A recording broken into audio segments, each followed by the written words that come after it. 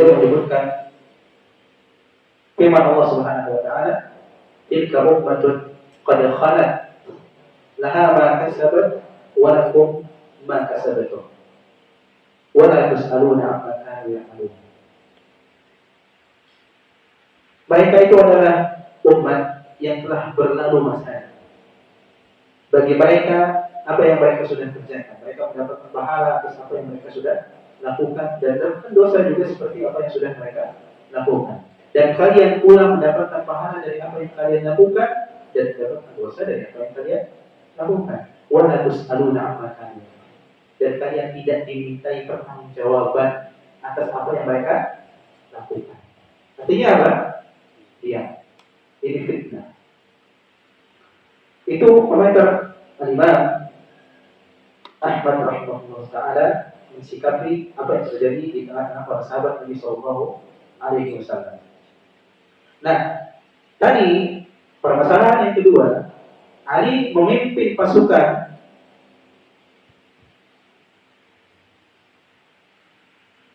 dan golongan atau kelompok dari Ibunda Aisyah dan sahabat yang lainnya kalah.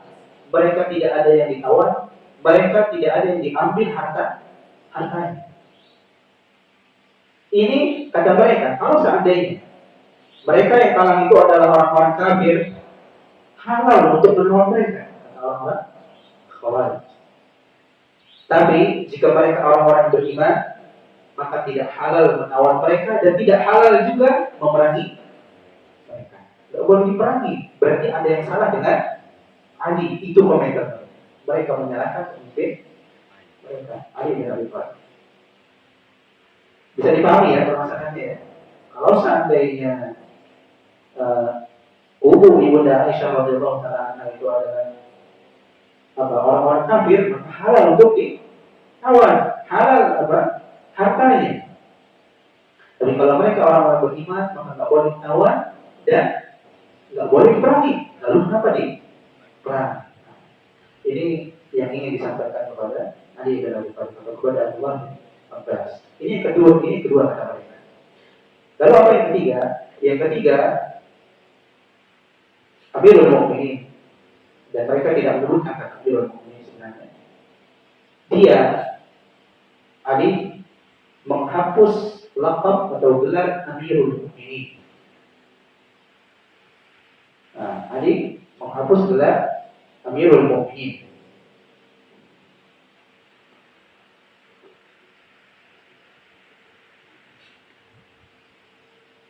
Kalau bukan Amirul Mukminin, ini logika mereka. Berarti mereka Amirul Kafirin. Kalau bukan pemimpin orang-orang beriman, berarti mereka pemimpin orang-orang kafir. Dari beberapa sebab ini diputuskan oleh mereka bahwa Ali adalah orang kafir. Makanya mereka keluar dari pemerintahan Ali bin Abi Thalib radhiyallahu anhu. Maka selesai. Mereka hanya menyampaikan tiga. Abdullah bin Abbas mengatakan ada lagi selain tiga ini? Tidak ada, sudah cukup itu. Lalu Abdullah bin Abbas menjawab satu persatu. Yang pertama yang beliau sebutkan ini kaidah. Ara'aitukum in qara'tu 'alaikum min kitabillahi jalla ta'ala wa sunnata nabiyhi sallallahu alaihi wasallam ma yaruddu qawlakum atarji'un. Kalau aku sebutkan firman Allah Subhanahu wa taala dan aku sebutkan sabda Nabi sallallahu alaihi wasallam, apakah kalian akan kembali? Kalian taubat maksudnya. Buat kesepakatan di awal. Maka mereka mengatakan, "Na'am." Iya. Kalau benar yang disampaikan Ali, yang disampaikan Abdullah bin Abbas itu adalah ayat Al-Quran dan hadis Nabi SAW, kenapa tidak diterima? Karena itu sumber Islam, sumber agama Islam. Maka beliau menjawab syubhat yang pertama. Adapun ucapan kalian, Ali radhiyallahu ta'ala anhu menjadikan manusia itu sebagai hakim pemutus hukum pada hal yang itu merupakan urusan Allah Subhanahu wa taala. Maka aku akan bacakan kepada kalian di dalam kitabullah, Allah Subhanahu wa taala menyerahkan hukum kepada manusia. Allah menyerahkan hukum untuk memutuskan hukum itu kepada manusia. Manusia boleh memutuskan hukum.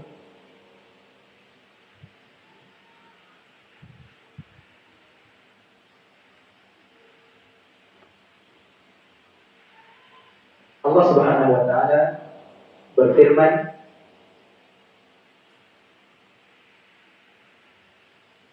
menjadikan manusia sebagai hakim pemutus hukum pada urusan atau sesuatu yang itu merupakan urusan Allah Subhanahu wa taala. Apa pendapat kalian tentang firman Allah Subhanahu wa taala, ya ayyuhalladzina amanu la taqtulus shayda wa antum hurum. Wa man qatalahu minkum muta'ammidan fajaza'un mithlu ma qatala minan na'am yahkumu bihi dawa 'adlin minkum. Dalam surat Al-Maidah ayat 95. Wahai orang yang beriman, janganlah kalian membunuh hewan buruan dalam keadaan kalian masih ihram. Masih ihram, kemudian membunuh hewan apapun, burung atau apa? Nyamuk. Banyak hewan. Ketika ihram seorang tidak boleh membunuh hewan buruan. Dan barang siapa yang membunuhnya dengan sengaja, bukan tanpa sengaja, fajaza'un mithlu ma qatala minan nar, maka tebusannya adalah seperti apa yang dia bunuh dari hewan. Yahkumu bihi dawa 'adlin minkum. Ini syahidnya. Hewan tadi menurut siapa? Menurut putusan hukum dua orang yang adil di antara kalian. Hewan yang seperti apa? Yang memutuskan dua orang yang adil. Orang tadi dinyatakan bersalah atau tidak? Siapa yang memutuskan? Dua orang yang adil di antara kalian. Allah serahkan masalah memutuskan hukum ini kepada siapa? Manusia. Dari antara hukum Allah Subhanahu wa taala, Allah Subhanahu wa taala menyerahkan hukum kepada manusia, membiarkan mereka untuk memutuskan hukum Allah Subhanahu wa taala. Kalau seandainya Allah Subhanahu wa taala mau, Allah bisa hukum sendiri. Tapi Allah berikan apa? Wewenang tadi kepada manusia untuk menunjukkan ini syariat. Dan boleh dalam hal ini. Dan Ali mengatakan, "Anshudukum billah." Aku bertanya kepada kalian demi Allah. Apakah hukum laki-laki atau hukum manusia itu di dalam mendamaikan antara dua orang yang berseteru, suami istri, dan menjaga darah mereka lebih afdal atau hukum keputusan tentang daging kelinci? Yang mana yang lebih utama? Yang mana yang lebih penting? Hukum tentang mendamaikan dua orang atau suami istri yang sedang berseteru dan menjaga darah mereka, penghormatan mereka, atau hukum tentang daging kelinci? Mana yang lebih afdal? Itu pertanyaan Abdullah bin Abbas. Yang mana yang lebih afdal? Mendamaikan. Yang pertama, mendamaikan antara dua manusia. Dan mereka jawab, mereka paham hal itu. Maka Ali mengatakan, dan Allah Subhanahu wa taala berfirman tentang suami istri yang sedang berseteru dalam surat An-Nisa ayat ke-35, wa in khiftum shiqaqa bainihima fab'athu hakaman min ahlihi wa hakaman min ahliha yuridu islahan yuwaffiqillahu bainahum. Allah berfirman, jika kalian khawatir perceraian di antara keduanya, seorang misalkan melihat ada dua orang atau ada sepasang suami istri berseteru dan khawatir pisah, bercerai, maka hakaman min ahlihi wa hakaman min ahliha. Ini hukum Allah Subhanahu wa taala. Utus perwakilan dari keluarga si laki-laki dan utus perwakilan dari keluarga si perempuan bertemu. Yuridu islahan yufiqillahu bainahum. Kalau saatnya mereka semua itu menginginkan islah, perbaikan, perdamaian, Allah Subhanahu wa taala akan memberikan taufik untuk keduanya. Lihat di sini Allah memberikan wewenang tadi kepada siapa? Manusia. Nah, ini untuk membantah mereka. Menjadikan pemutus hukum atau manusia itu sebagai pemutus hukum. Ini apa? Sunnah yang sudah berlaku dari dulu. Dari sebelum adanya mereka orang Khawarij. Ketika mereka ada, mereka mulai apa? Mau meniadakan sunnah ini tidak bisa. Para sahabat tahu betul. Dan kesalahan mereka benar-benar nyata. Maka Abdullah bin Abbas mengatakan, kharajta min hadhihi qalu nah atau kharajtu min hadhihi, aku apa bisa menjawab hal ini, aku keluar dari masalah ini, tidak salah. Mereka mengatakan iya, mengakui apa yang dijawab oleh Ali. Dan aku mengatakan, ada pun ucapan kalian tentang Ali bin Abi Thalib memimpin pasukan, kemudian apa? Melawan pasukan Ibunda Aisyah, dan mereka kalah, tidak menawan dan tidak mengambil ghanimah, mengambil rampasan perang.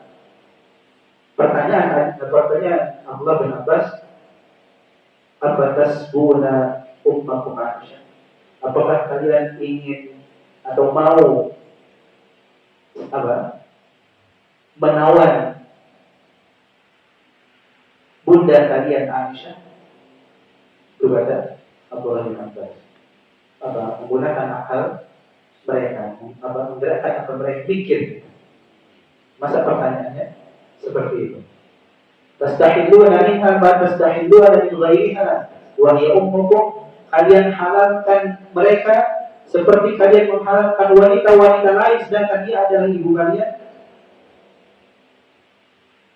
Nah, jika kalian mengatakan kami menghalalkan apa yang dihalalkan kepada wanita-wanita yang lain untuk ibunda Aisyah, maka kalian telah kufur. Kalau seandainya mereka jawab seperti itu, kalian kufur.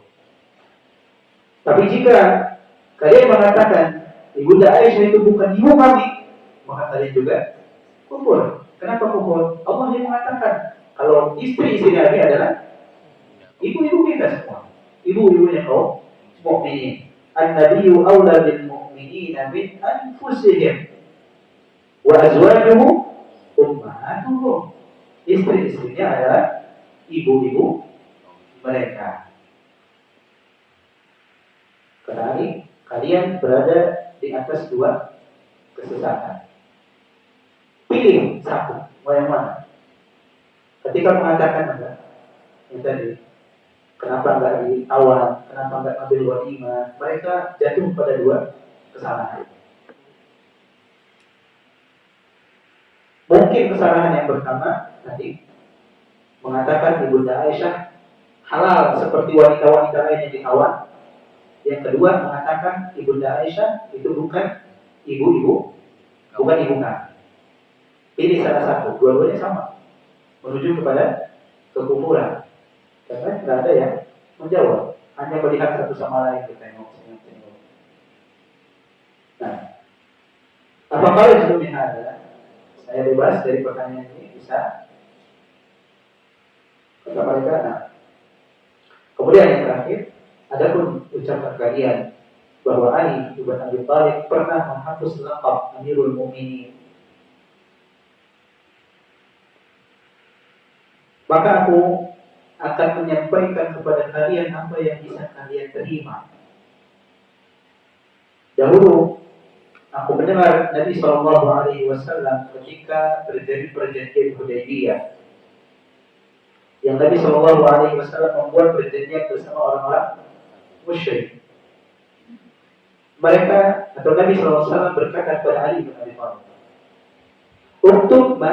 untuk ya Ali, ada ma salah alaihi Muhammadun Rasulullah.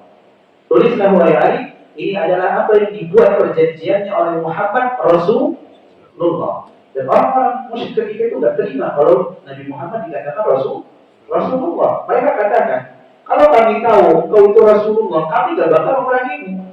Masuk akal kan? Iya. Kalau kami mengakui kau itu Rasul, tidak bakal kami memerangi. Masalahnya, mereka tidak mengakui Nabi Muhammad sebagai Rasul. Maka Nabi Shallallahu Alaihi Wasallam mengatakan, ya Ali, hapus kalimat Rasulullah. Dan Nabi SAW mengatakan Allahumma inna ta'lamu anni Rasulullah. Anni Rasulullah. Ya Allah, engkau mengetahui kalau aku itu adalah utusan Allah SWT. Hapus wahai Ali. Tapi disebutkan di sebagian riwayat Ali apa? Enggak mau hapusnya. Enggak terima kalau Allah laqab ini, gelar ini dihapus. Di sebagian riwayat disebutkan Nabi sendiri yang menghapusnya. Wahai Ali, tunjukkan kepadaku mana kalimat Rasulullah. Tapi nggak bisa baca, nggak bisa tulis, nggak tahu. Ditunjukkan yang mana, dia Nabi sendiri yang menghapusnya. Maka akhirnya tulisannya ada Mansur alaihi Muhammadun ibnu Abdullah. Ini adalah perjanjian yang dibuat oleh Muhammad ibnu Abdullah. Wallahi la Rasulullah sallallahu alaihi wasallam khairun min Ali. Apa kata Allah bin Abbas? Rasulullah itu lebih baik daripada Ali.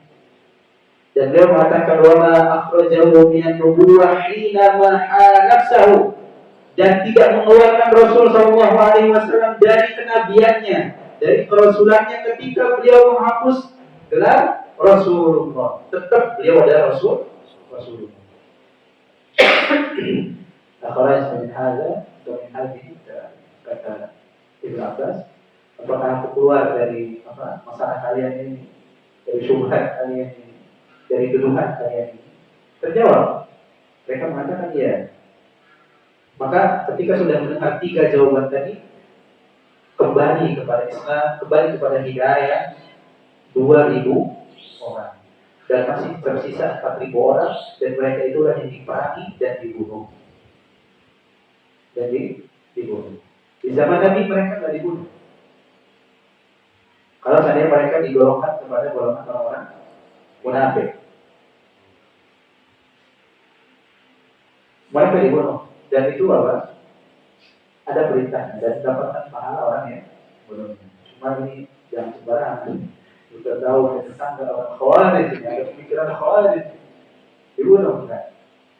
Ini apa? Jihad. Harus tetap berpegang kepada tuntunan pemerintah kaum muslimin.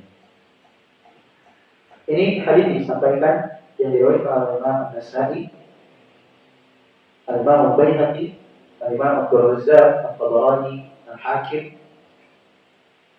dan hadis ini sahih sesuai dengan syarat Imam Muslim. Tapi Imam Bukhari dan Imam Muslim tidak meriwayatkan hadis ini. Dan disetujui oleh Imam Az-Zahabi dan disahihkan juga oleh Imam Al-Haythami dalam Majma' Az-Zawaid. Hadisnya sahih. Kemudian kita ambil pelajaran yang bisa kita ambil. Ikhlas sekalian rahimahullah.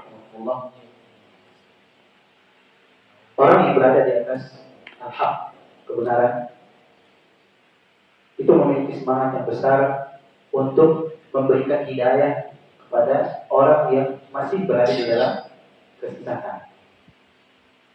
Bukan untuk menjatuhkan mereka. Semangatnya bukan itu, ikhwan. Orang yang berada di atas manhaj yang hak, agama yang hak, kepada orang yang masih berada di dalam kesesatan, bukan keinginannya mereka itu hancur saja, bukan. Tapi bagaimana mereka kembali kepada hidayah, seperti yang dilakukan oleh Abdullah bin Abbas radhiyallahu anhu. Oleh karena izin Allah Subhanahu wa taala, kemudian sebab Abdullah bin Abbas kembali 2.000 Wah, luar biasa. Yang kedua, penting bermusyawarah dengan ahli ilmu dan pemimpin kaum muslimin seperti yang dilakukan oleh Ibnu Abbas sebelum mendatangi orang-orang Khawarij. Dan ini perlu kita pelajari.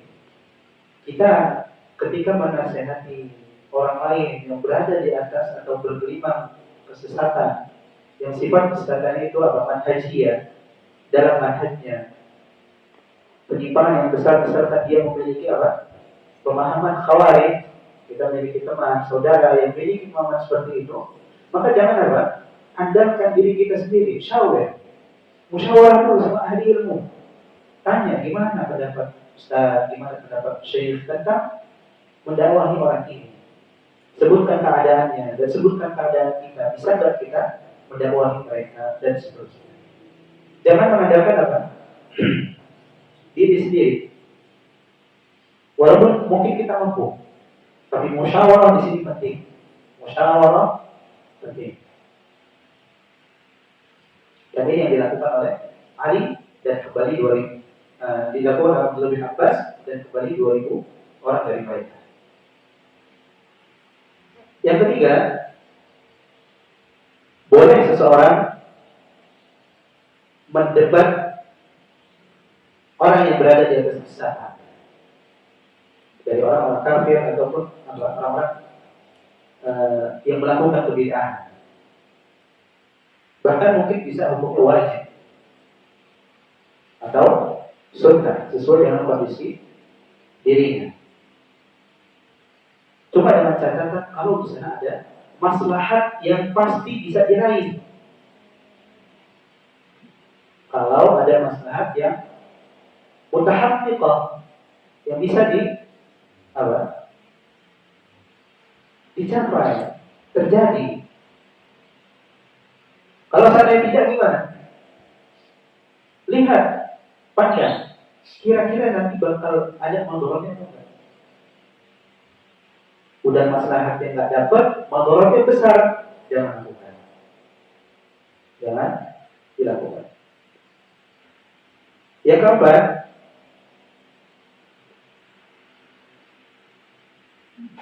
di sini kita pelajari doa dai itu saling menasihati satu dengan yang lain.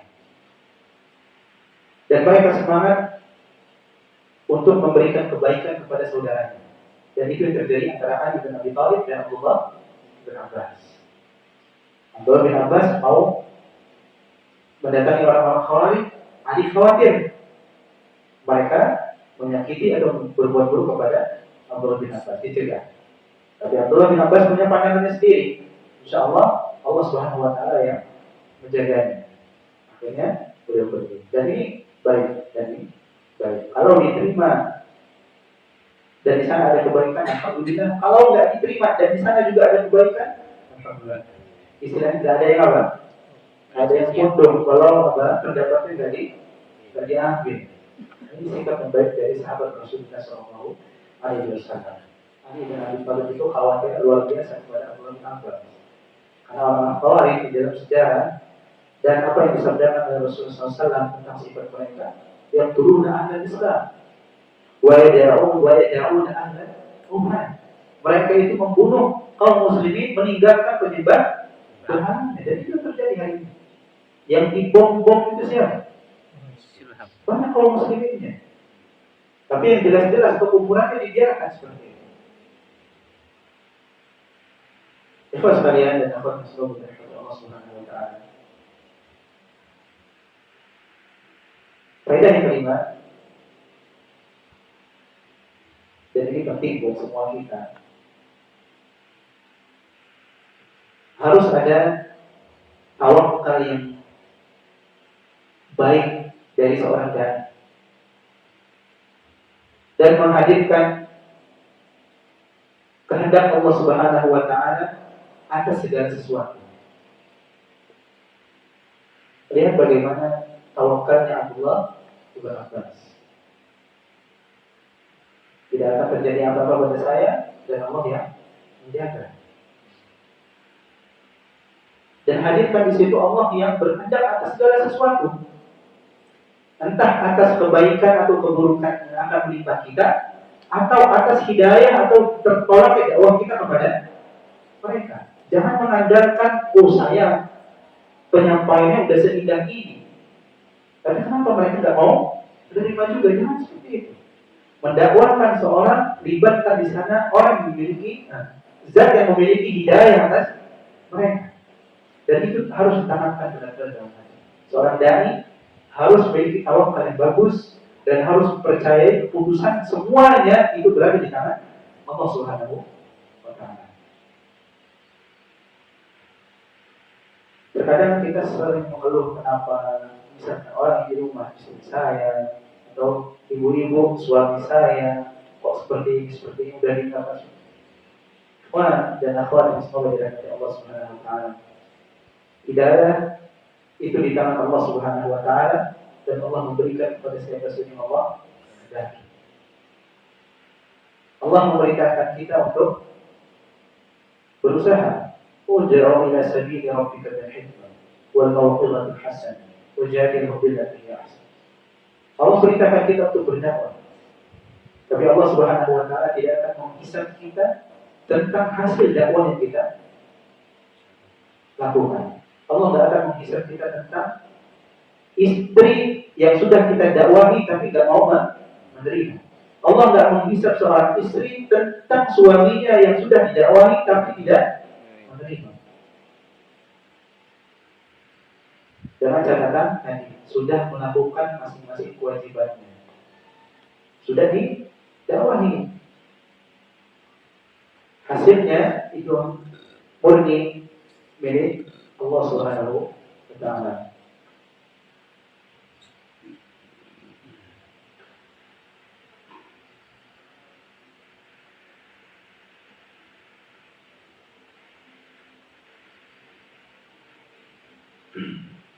Yang keenam,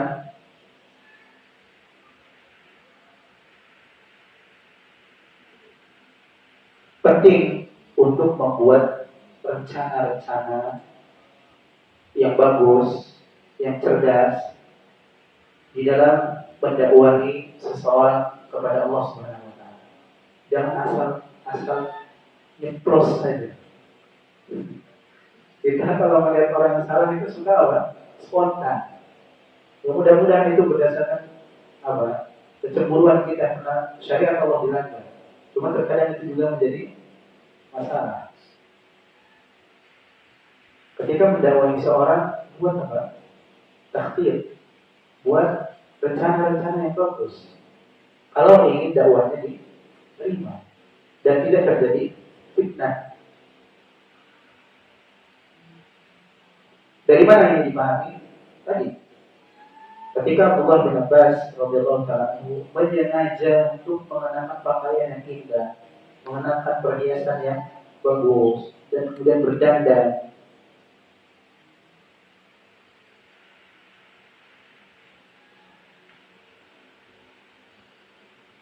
Tujuannya apa? Di awal ini diberikan atau apa?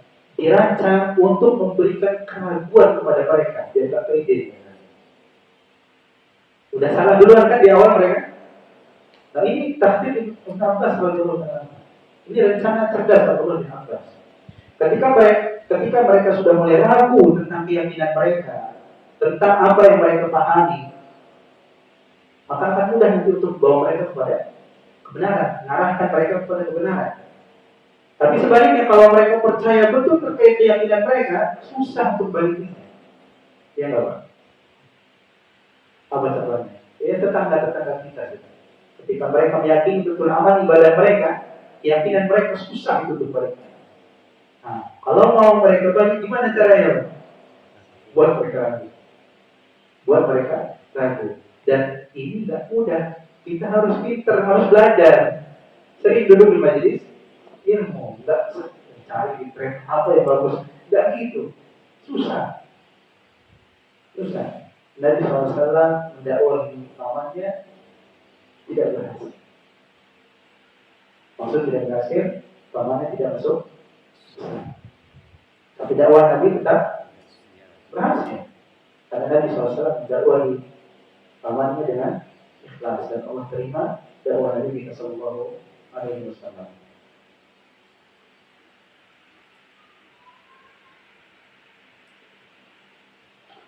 Nah, yang kedelapan, seorang yang mengajak kepada kebenaran, seorang dai itu harus kuat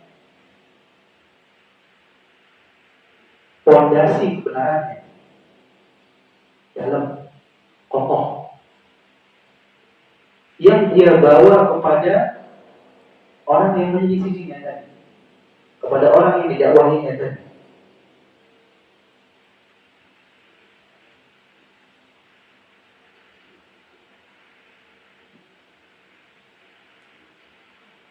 Sebagaimana yang dituturkan oleh Abdullah bin Abbas. Apa dari mana itu? Aku mendatangi kalian sebagai utusan dari sahabat-sahabat Rasulullah. Aku mendatangi kalian sebagai utusan dari anak paman Rasulullah sekaligus menantu Rasulullah Sallallahu Alaihi Wasallam. Dan apa yang dibawa oleh Abdullah bin Abbas itu apa? Ilmu yang sudah dalam, sudah siap untuk melawan, untuk menghadapi mereka orang-orang Khawarij.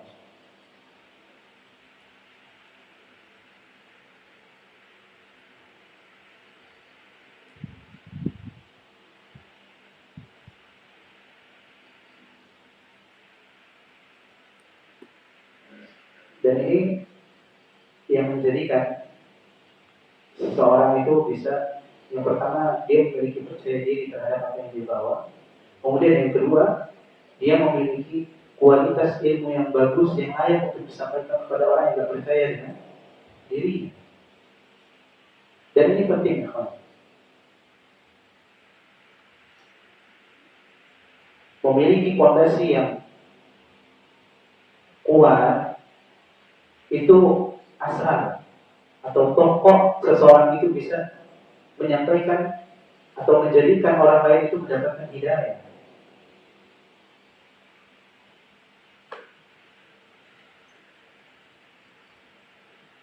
Dan sebaliknya, ketika seorang fondasi ilmunya itu tidak kuat, seorang itu tidak akan bisa atau tidak akan mau untuk menerima hidayah yang dia sampaikan.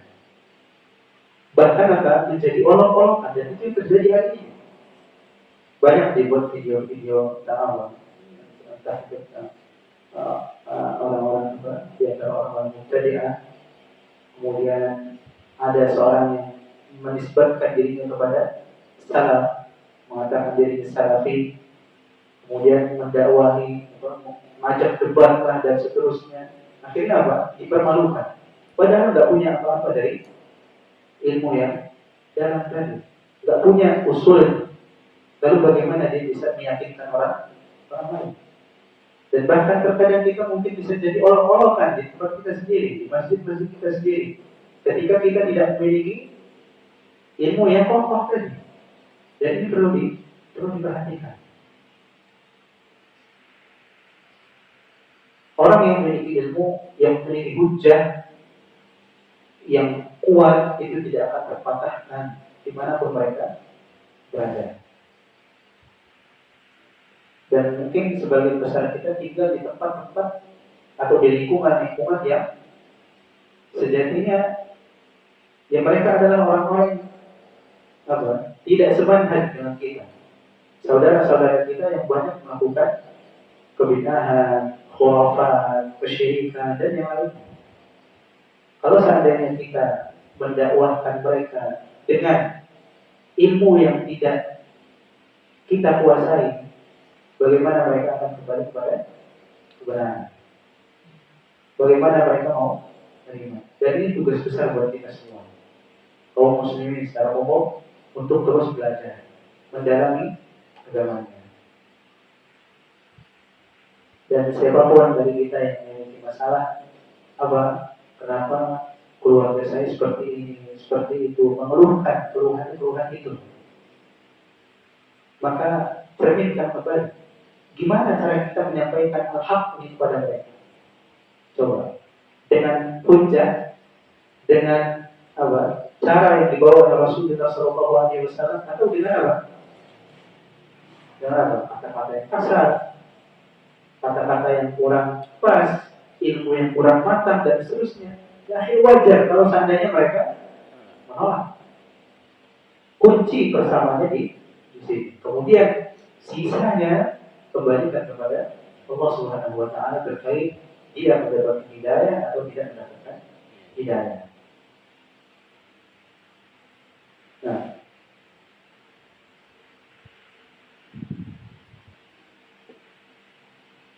yang kesembilan,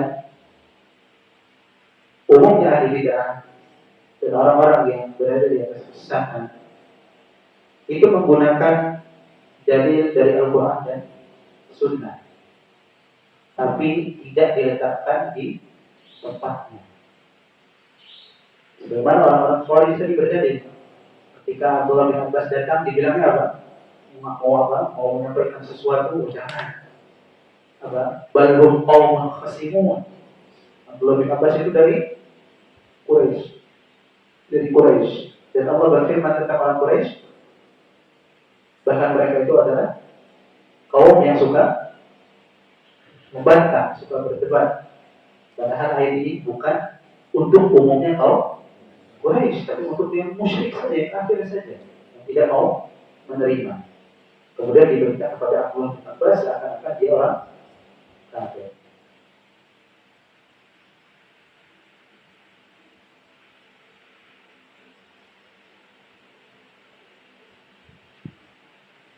Nah,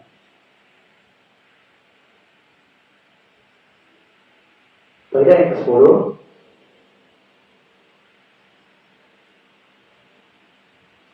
jangan tertipu dengan baiknya kondisi dan baiknya perangai seseorang. Saja. Jangan tertipu dengan baiknya kondisi atau baiknya perangai seorang saja. Karena Islam itu dibangun di atas ilmu dan amal, bukan hanya amal. Bukan hanya amal, lihat ilmunya. Orang-orang Khawarij bagus dari segi apa? Amal, tapi ilmunya enggak. Dan dikatakan mereka itu adalah orang-orang yang dangkal ilmunya.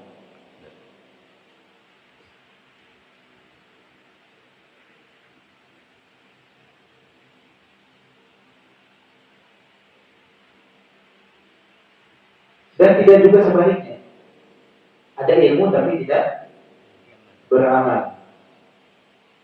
Abdullah bin Abbas radhiyallahu ta'ala berkata kepada orang-orang Khawarij, seperti yang kita sebutkan di awal tadi, aku tidak pernah mendapat seorang yang paling giat ibadahnya daripada kaum itu, orang-orang Khawarij. Jidatnya hitam, tangannya, lututnya itu apa? Kapalan, tebal-tebal. Tetapi bersama dengan itu, Nabi SAW mengatakan, yaqra'una al-Quran la yujawizu hanajirahum. Mereka membaca Al-Quran tapi tidak melewati kerongkongan mereka. Artinya apa? Mereka membaca tapi tidak paham, tidak bisa direnungi di hati-hati mereka. Dan banyak dari ahli zaid, orang-orang yang tersesat akan tertipu dengan ketaatan mereka, dengan amalan mereka, dan mereka akan ditaati walaupun mereka itu bukan ahli. Yang terjadi akhirnya fitnah dan ujian yang umum kepada kaum muslimin. Kemudian yang terakhir,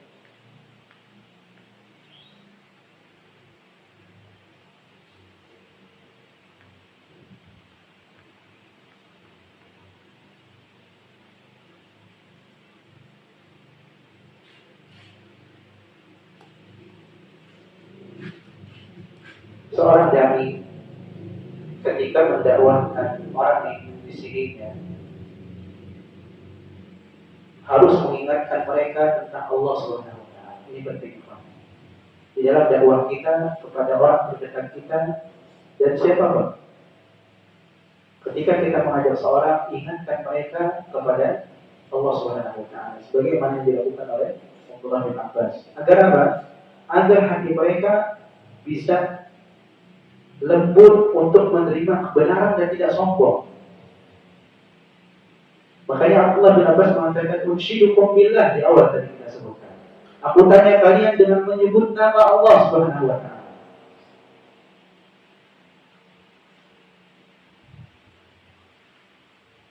Baru beliau menanyakan pertanyaan beliau tadi. Seorang hamba butuh untuk diingatkan kepada Allah Subhanahu wa taala. Di dalam persekutuan mereka, masalah mereka, di dalam perselisihan mereka secara khusus, dan itu perlu diingatkan terus. Seorang yang berseteru yang dikedepankan adalah hawa nafsu, bukan dalil. Tapi ketika diingatkan pada Allah Subhanahu wa taala, mudah-mudahan mereka kembali dan membenarkan niatnya. Kemudian bisa menerima kebenaran dan bisa dibawa dengan hujah-hujah yang dibawakan untuk mereka. Dan ini yang perlu diperhatikan ikhwas sekalian di dalam dakwah. Dari hadis ini kita banyak ambil faedah dan sebenarnya masih banyak faedah terkait dengan hadis ini. Yang pertama tentang manhaj seseorang di dalam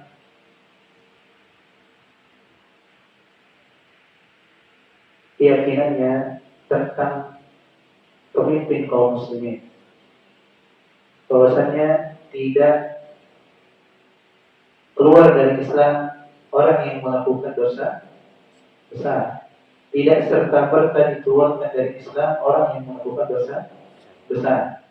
Dan kalau itu terjadi pada pemerintah kita tidak boleh mengeluarkan mereka dari Islam selama tidak terlihat dari mereka kufur wahid, kufur yang jelas yang Allah Subhanahu wa taala tidak turunkan hujjahnya. Jelas melakukan kufuran tidak ada, dan ini pernah kita bahas di dalam kajian Rabu ya. Ketika membahas kaidah-kaidah atau kaidah-kaidah yang dibawakan Syekh Ibrahim Ar-Ruhaili dahulu tentang bagaimana seorang itu bisa menyematkan laqab kufur kepada seorang, harus di sana terpenuhi syarat dan tidak ada pencegahnya atau mawani-mawaninya. Dan itu sudah kita bahas, bisa kembali di murajaah yang memiliki catatannya. Ikhwas kalian rahimani wa rahimakumullah. Pelajaran besar yang bisa kita ambil juga terkait dengan masalah dakwah. Tadi kita sebutkan beberapa faedah dan mungkin banyak di sana yang kita lalaikan. Sehingga kebanyakan kita mengeluhkan masalah bagaimana mendakwahkan saudaranya yang ada di sini, yang ada di rumah, yang ada di kampung dan seterusnya. Boleh jadi kesulitan tadi itu muncul dari minimnya ilmu kita, minimnya manhaj kita di dalam berdakwah, kurangnya takhtir, kurangnya membuat rencana-rencana dahulu sebelum mendakwahkan dan seterusnya. Banyak hal. Coba kita perhatikan satu persatu yang mungkin itu menjadi penghalang. Bisa dipraktekkan. Mungkin orang yang kita dakwahi keras, kita bisa mencoba dengan hadiah. Orang yang kita dakwahi tertutup, bisa kita coba dengan pendekatan sosial. Orang yang kita dakwahi memiliki misalkan kokoh dalam keyakinan, boleh kita coba memberikan keraguan kepadanya terkait keyakinannya yang salah. Dan perlu direncanakan. Enggak duduk ketemu orangnya langsung dikatakan apa yang mau kita katakan. Boleh jadi perkataan yang kita katakan tidak dilandasi Al-Quran dan Sunnah. Kalaupun dilandasi bahasa yang kita gunakan boleh kurang kurang pas, banyak hal yang menjadikan dakwah kita ini ditolak. Dan Allah Subhanahu wa taala zat satu-satunya yang menolong hambanya, memberikan taufik pada hambanya.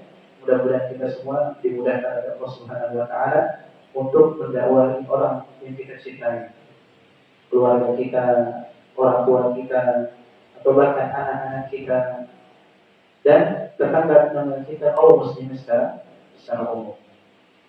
Ini yang bisa kita pelajari pada malam hari ini. Mudah-mudahan dari kisah ini atau dari kajian ini bisa banyak kita ambil faedah manhaj, faedah dakwah dan yang lainnya. Mudah-mudahan bisa sedikit membuka kembali mungkin yang dahulunya kita merasa sepertinya sudah benar, tapi sekarang terbuka masih ada yang kurang yang harus dibenahi sehingga kedepannya bisa lebih baik lagi. Dan Allah Subhanahu wa taala tolong kita semua, mudah-mudahan Allah Subhanahu wa taala menunjukkan kita semua pada jalan yang lurus